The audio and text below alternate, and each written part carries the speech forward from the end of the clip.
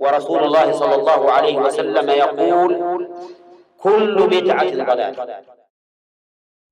That the first level of goodness, without doubt, is to oneself and his family. Having mercy upon oneself by worshipping Allah subhanahu wa ta'ala and doing what is good in the sight of Allah.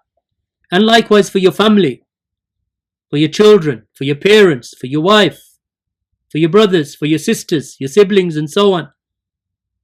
They have the first level in terms of rights of good treatment, and then there follows on from that your companions, your close companions, those that are your friends, that you maintain a tie with them of khair, of ma'roof, of piety and goodness and doing good and taqwa and revising knowledge, enjoining the good, forbidding the evil, helping one another when they're in need. This is companionship. When they're poor, you share your wealth with them. You never allow your friend to go hungry.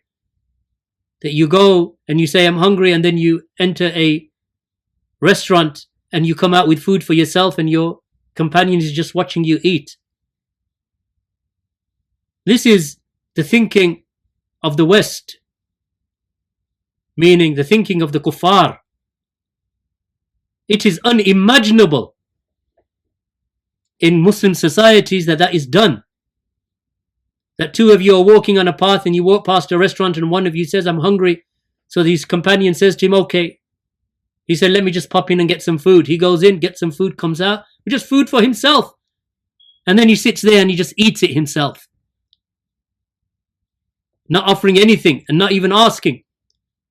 This is a companion, this is a friend. He may be a friend in his own mind, but in reality, he has not understood friendship and suhbah in his correct understanding. That is unheard of, barakallahu feekum, in the circles that we move in. Alhamdulillah. I do not keep company with people like that, and people like that I do not know of. My ashab, may Allah subhanahu wa ta'ala preserve them, are the best of those whom I know. In their company, I never feel lacking. In their company, I am never hungry. When we enter into an establishment to eat, that we compete with each other to pay. These are ashab. And when we are within each other's company, that we enjoy the good. And we speak about ilm. And we talk about the next dars. Or we talk about the da'wah. And we talk about the goodness that can be achieved in the da'wah.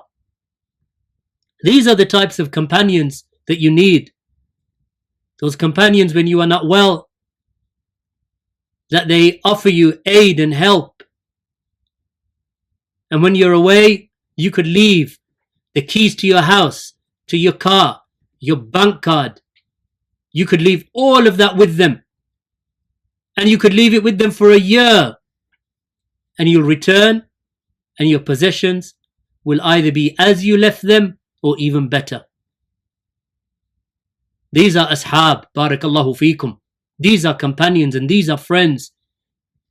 Not the one that turns his back on you. Not the one that backbites you. He is not a friend. Not the one that lets you go hungry. Not the one that enters into a food establishment and he brings out food for himself and ignores you. These are from the characteristics of the gharb, of the gharbi, of the westerner, who is raised upon just caring for himself, except for those whom have learnt something maybe from their heritage in the past that used to be a bit more caring and sharing. Wallahu al-musta'an. But in Islamic societies, that is rare. So therefore, your companion, who is a complete companion, he cooperates with you upon birr, upon piety, upon goodness, upon birr, upon goodness and taqwa. and upon khair, upon all of that which is good, both in the general affairs and in detailed matters. Nothing of a close friend is lost to him from your temperament. He knows when you are unhappy, and he knows when you have suffered a loss and bereavement. He knows that when he goes on a journey, that he comes back and he brings you a gift, or you bring him a gift. And even if you're not able to do that, then he will receive at least a good word from you. These are friends. And the best of you in your friendship is the one who does the most. And likewise applies to the jiran, or to the neighbors, as this hadith and the previous hadith they indicate. So alhamdulillah, and all praise is due to Allah subhanahu wa ta'ala, that Allah subhanahu wa ta'ala has brought to us this Deenul Islam, this religion, this mighty religion of Al-Islam, the best of adyan, the best of all religions, for every other religion is futile. Wherein Allah subhanahu wa ta'ala has clarified for us through the Quran and through the Sunnah the a'mal, the as-salihah, through which a person comes near to Allah subhanahu wa ta'ala in rank, in all of the different forms of righteous deeds that you can do, and the good treatment that you can give to others, as well as lifting your heart and lifting your spirit. When you do good for others, you feel uplifted and you feel a goodness in your heart. Only a miser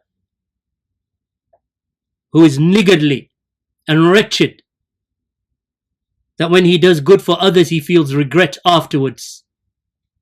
Why did I spend so much? Why did I give them so much?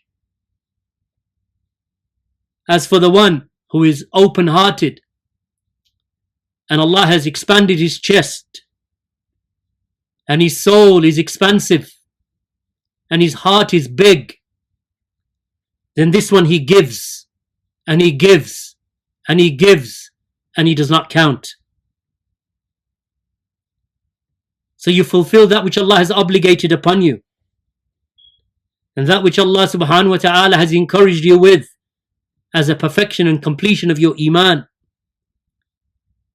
from those affairs of virtue that you find from the companions radiallahu anhum, because they learned from the best of all of mankind, and the most virtuous of them, and the most excellent of them, and he is Abul Qasim Muhammad bin Abdullah, my prophet and your prophet sallallahu alayhi wasallam. And if you take their example, then you'll be rewarded with an abundant reward from Allah subhanahu wa ta'ala. And I ask Allah subhanahu wa ta'ala to make us from the best of the people of this age, in righteousness, in piety, as sons, as parents, as brothers, as sisters, as companions and friends, and as neighbors.